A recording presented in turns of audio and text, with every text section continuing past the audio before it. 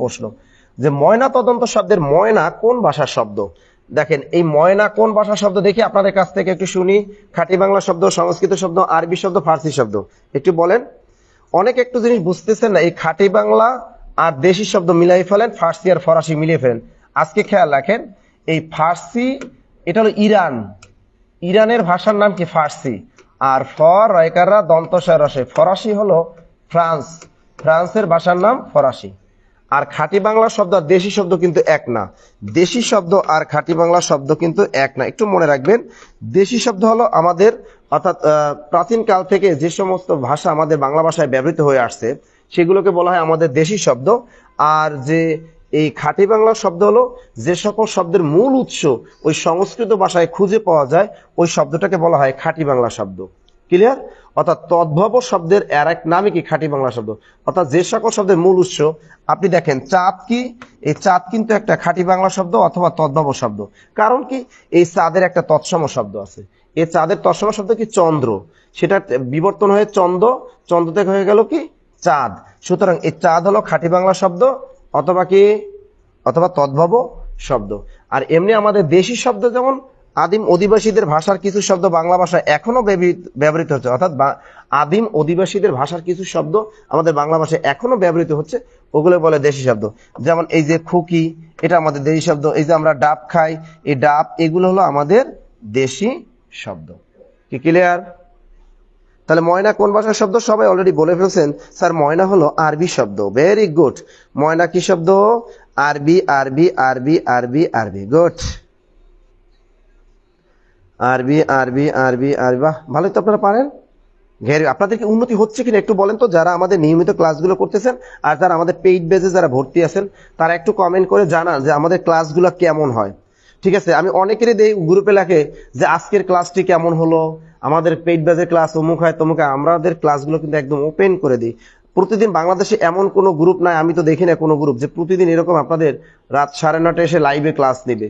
ঠিক আছে, আমরা কিন্তু প্রতিদিন চেষ্টা করি রাত 9:30 কিন্তু লাইভে আসা। ঠিক আছে, আপনাদের ফ্রি সার্ভিসগুলো দিচ্ছি, আপনারা যদি উপকারিত হন তাহলে আমাদের কিন্তু সার্থকতা।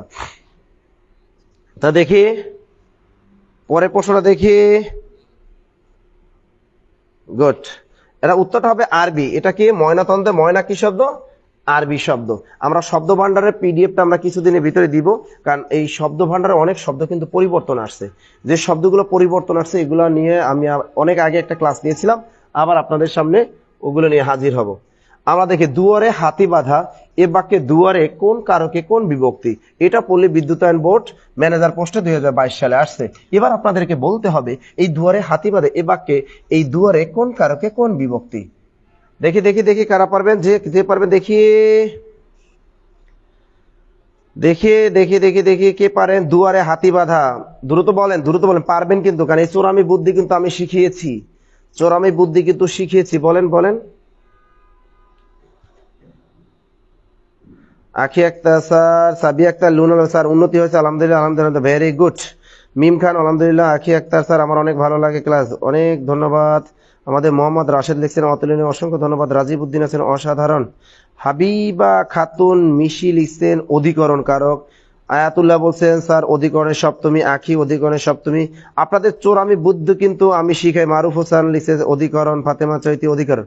দেখেন আপনারা কিন্তু জানেন, আমি বলি stop place stop time, stop place stop time অধিকরণ কারক, আর রানিং প্লেস রানিং টাইম অপাদান কারক।